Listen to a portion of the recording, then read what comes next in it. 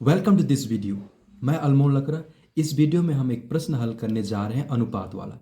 प्रश्न दिया है, यदि a अनुपात b बराबर 2 अनुपात 1 तथा b अनुपात c बराबर 2 अनुपात 1, तब c अनुपात d बराबर 1 अनुपात 2 हो तो a अनुपात b अनुपात c अनुपात d का मान ज्ञात करना है। हम हल करते हैं।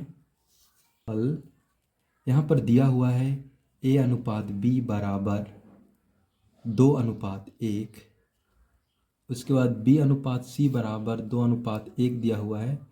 उसी तरह से c अनुपात d बराबर 1 अनुपात 2। हमें ज्ञात करना है a अनुपात b अनुपात c अनुपात d का मान। तो मैं यहाँ पर लिख रहा हूँ a अनुपात b अनुपात c अनुपात d। यहाँ पर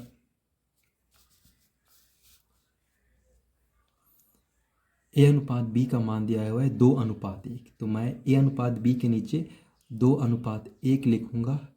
उसके बाद c और d का मान इस लाइन में नहीं दिया हुआ है, तो मैं b का मान यहाँ पर 1 है, उसी मान को c और d के लिए लिखूँगा। तो यहाँ पर c का मान 1 होगा, उसके बाद d का मान भी 1 होगा। उसके बाद दूसरी लाइन के लिए b अनुपात c का मान दिया हुआ है 2 अनुपात 1, तो मैं बी सी देखता हूँ। यहाँ पर बी सी का यहाँ पर मान दिया हुआ है 2 अनुपात 1।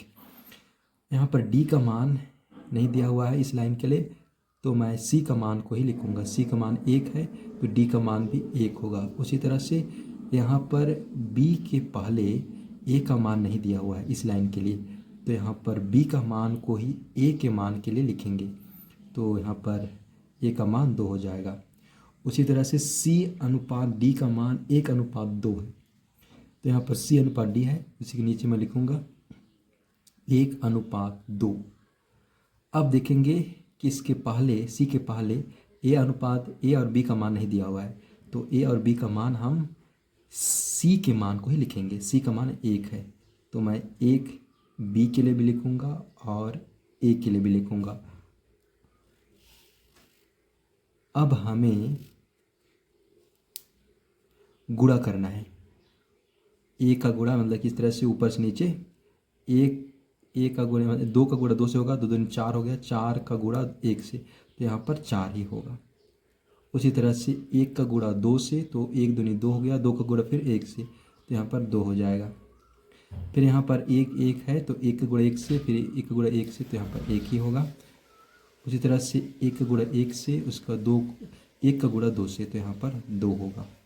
इस तरह से a अनुपात b अनुपात c अनुपात d का मान 4 अनुपात 2 अनुपात 1 अनुपात 2 होगा।